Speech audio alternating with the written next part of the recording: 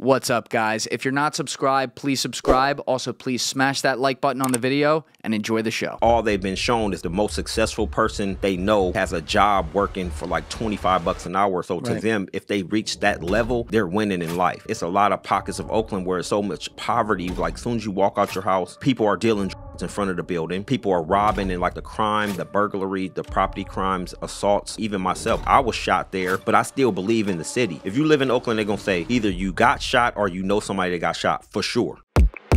Your story, from what I've heard of it, is pretty nuts. And I was talking to my friend Matt Cox, who did a great podcast with you. He's like, you got to talk to Trulane. But you really, I mean, you had multi-levels to your career here, and it started as a child, like very young. But it wasn't this, you know, kind of typical, you would think like, okay, didn't have any opportunities or whatever. Like you had two great parents at home, a great family. They did well. They're doing great today as well. But you kind of went off the beaten path. I guess, what, like age 11, something like that? About age 11, but it was it probably started around 8 because at the beginning, it started around 8. So I want to just say this real quick too.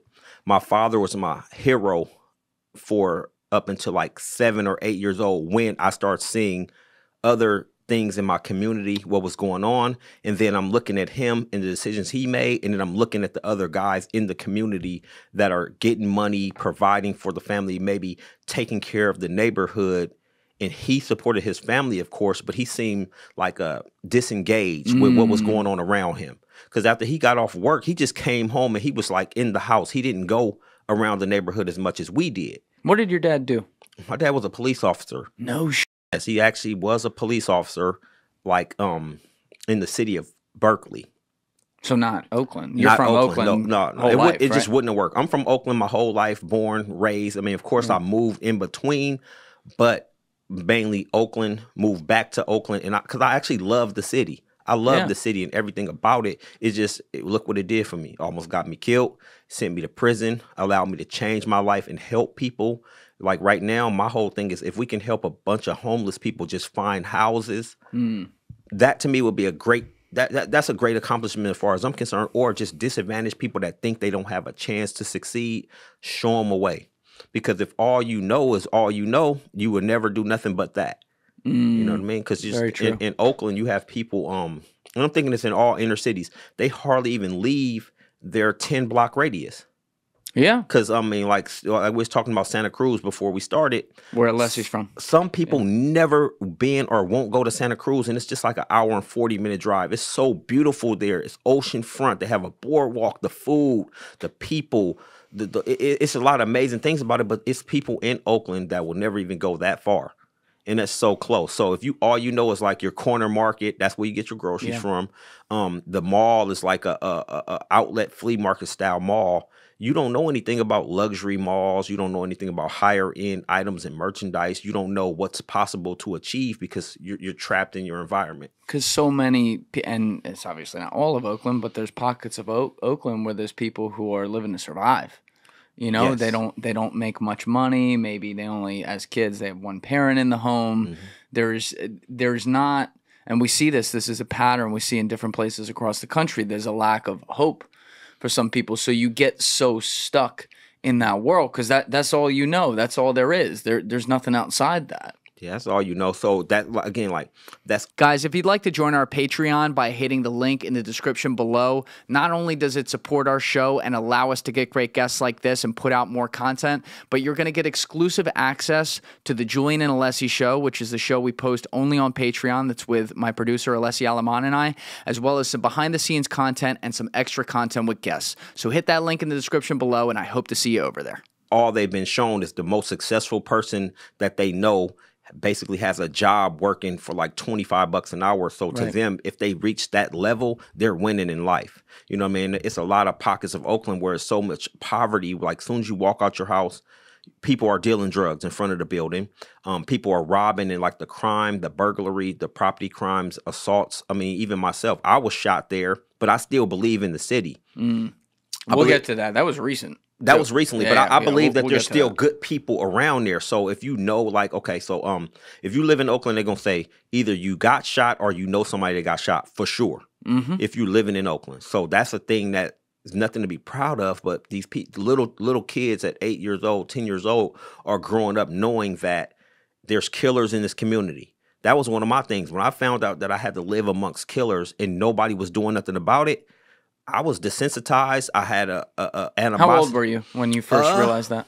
I think I was about 11, 10, 11, Wow. because knowing someone that got killed and then hearing whispers of the killer and actually seeing the person yourself, knowing that that's the person and he's walking free, nobody will cooperate with the police. And then if you approached him or said something about him and act like you knew, you may be next, because in that community, kids aren't exempt. I mean, I know 16-year-old kids, 15-year-old kids that were murdered for just knowing too much or seeing too much or possibly, drug territory. Get killed. 15-year-old kid get killed over drug territory. They told you don't sell over here. You did it anyway. You were sneaking around doing it. Okay, the person that killed you was a few years older than you, and nobody's going to cooperate the police to help convict that person. Neighbors want no cameras, of course. I mean, the police may have heard whispers of the name of the assailant, but they're not going to actively search for them. So once I knew that, I mean, I lost faith in the police. I didn't look up to police. Even with a dad who was a cop. Yeah, that's about the time when I'm like, well, he's one of them. I became of the belief that this is not my hero any longer because he's one of them. The people who resonate with me and who I can relate to better are the people at the car wash that I started hanging at. They had nice cars. They were getting money basically off hustling, but they were helping the mothers who didn't have. They would go buy all the kids ice cream. When the ice cream truck came, they'd buy 20 kids in the neighborhood ice cream. Now it's ladies. Grooming them. I mean, that this is what I saw. So I'm like, wait a minute, my dad never did this. He's not such a great guy, but he was working to take care of his family and kind of trying to make sure the best for my mother.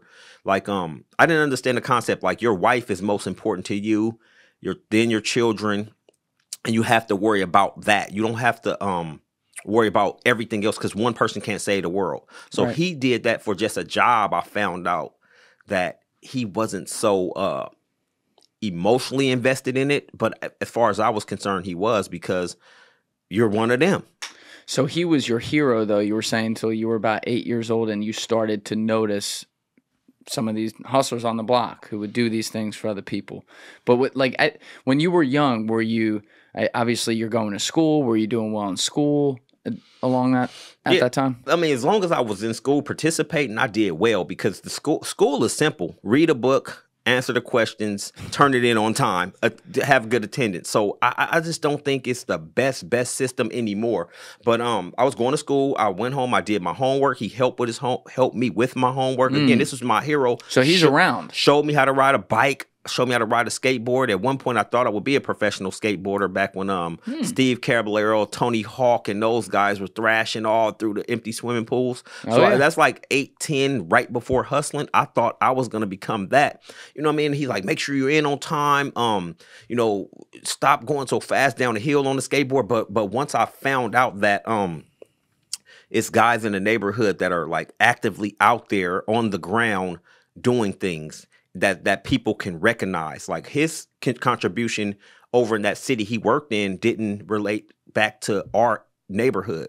Because, okay, we lived in a house.